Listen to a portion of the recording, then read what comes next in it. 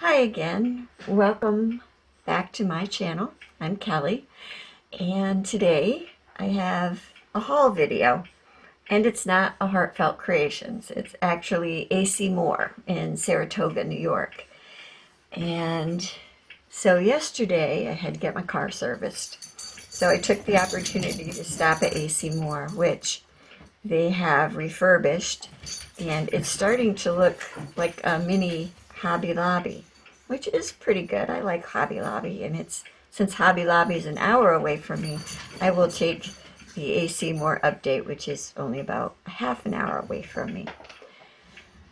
Yes, I live in New York, and I live in the boonies. Oh well, I like it. Alright, so let's get started. You can see, and excuse the jingling, that's my dogs. Every time I start recording, they decide they want to play. So, I wanted to get these glue bottles that sit on their caps because I think refilling those seems like an ideal thing. And I've never seen this fast grab tacky glue of Aleene's, so I bought a bottle, and I also bought a refill bottle. And I have a big bottle of tacky glue because I do really like tacky glue. So I just picked up a bottle that I can refill easily. And everybody's been talking about Martha Stewart punches, and they had this one on sale, so I like this butterfly border punch. I've already used it, so it's already got something on it. So this is a good addition to my collection. And I bought myself, this is how eclectic a crafter I am. I also bought some memory wire for rings, ring-sized. And let's see, in the coloring theme, I had bought some of these Koh-i-Noor woodless colored pencils in open stock, and I really like these.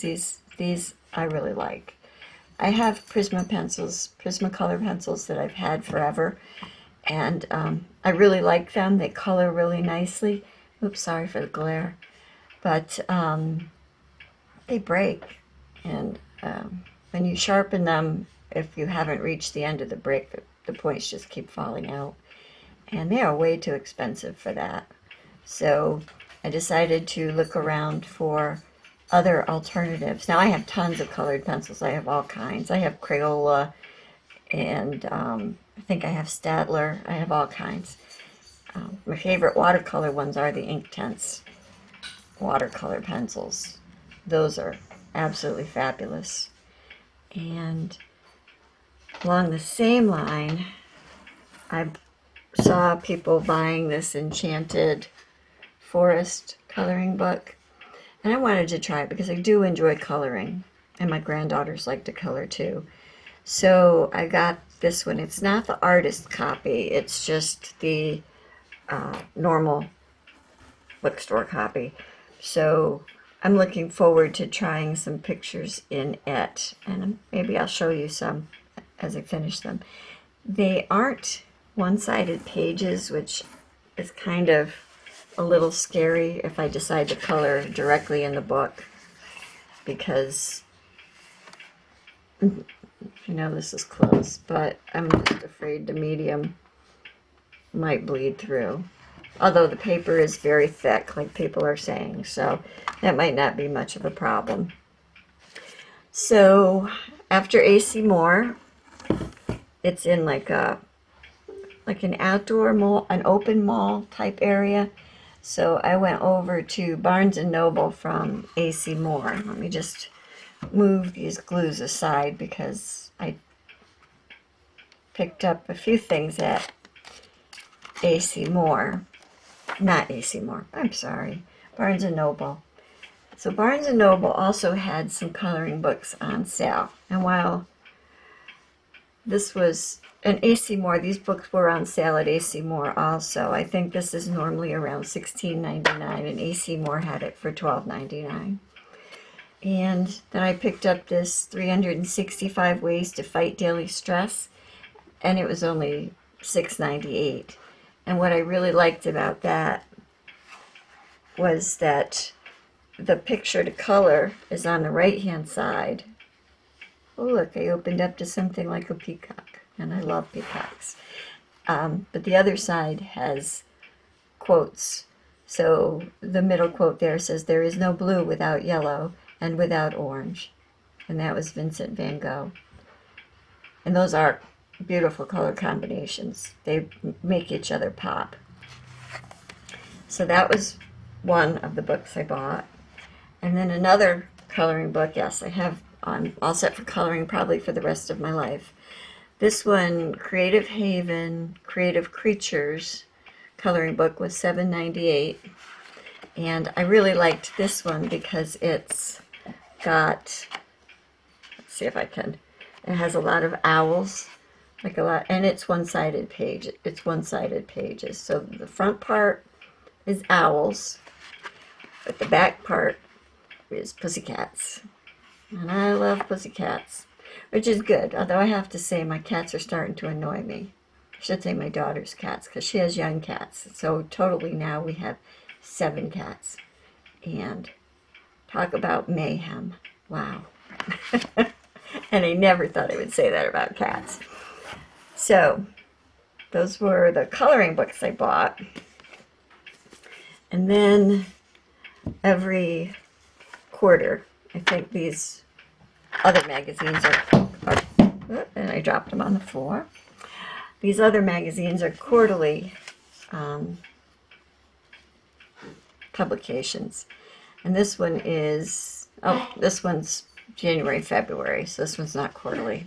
It's bi-monthly. It's the Dolls magazine. And I like to get this magazine just to look at the beautiful dolls that people are making. And this is talking about Kay Wiggs, who's the 2015 Lifetime Achievement Award winner. And it also has articles in it about artists who make infant dolls. And that's just this issue. And if you see it by the cover, I mean, it's just a gorgeously presented magazine. And I can't wait to look at it, to read it. And this magazine is only $5.99 in the U.S. It's $6.99 in Canada. And then a magazine that I've had subscriptions to in the past had a bit of a malfunction. But I'm back. I cleared out some space. I'm trying to get the dogs out from underneath my feet. So my other magazine purchase from Barnes & Noble was the Art Doll Quarterly. And it's funny because when I was cashing out, the woman who rang up my purchase said that she likes to buy these magazines too, that she likes to look at them, that she rarely makes anything out of them. And it's really not a magazine that you make things out of. It mostly shows you what's going on in the art doll world. It does have challenges in it, and you can join their challenges anytime, and they look for artist input. And it's really just a beautiful magazine, and I have loved this magazine for years. And this magazine in the U.S. is $9.99. In Canada, it's $11.99. And this will be on the shelves until the end of April. This is a quarterly magazine, but it has some out of the ordinary dolls. They're not necessarily cutesy dolls. They're, let me move this dolls magazine out of the way. These are more avant-garde, where you have people doing all kinds of things. Now this is part of the doll artist profile.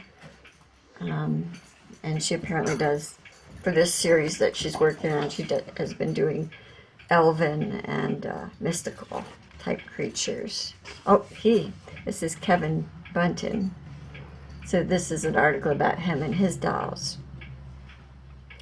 And there's cloth dolls, there's paper mache dolls, there's polymer clay dolls, there are probably porcelain dolls in here.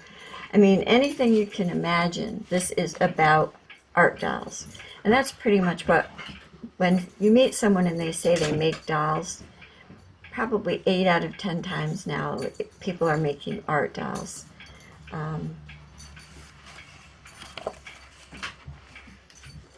And there's a couple of examples here. Alice is a cloth doll. It says it's 17. She's a 17 inches tall, and she's made by Anna Harding, and she's from England. And over here on the corresponding page is a doll made of called Reader of Leaves, and it's 12 inches, and it's made by a Julie Branch, and she's in Schenectady, New York, which Schenectady is about a little over an hour away from me. When I used to work, I worked in Albany, and Albany was right next to Schenectady. They're kind of twin cities. So, I mean, doll artists are all over the world, every nook and cranny, and it's whatever triggers your imagination. So that's the back cover, and there is a part in the back that talks about workshops, classes, convention shows, trips, tours, retreats. They call that Doll Party. And they show pictures from subscribers or people who read the magazine. You can send them photos and information, and they'll display it. They do, like I said, they do challenges where they give you criteria and give you a deadline for you to turn your photos and stuff in. So on the whole, you can tell I kind of got off on a tangent. This is a haul video, but I love this magazine. So anyway, that was my haul. My glue, my wire, my magazines, my coloring books, my colored pencils. I hope you enjoyed it, and I guess I will see you in the next video. God bless. Thanks for watching. I hope that you take the time to like, share, maybe subscribe if you aren't subscribed, and leave me a comment. I don't get a lot of comments, and I would love to start seeing comments from people and seeing that they enjoy my videos. So thanks for watching. Until the next time. Bye.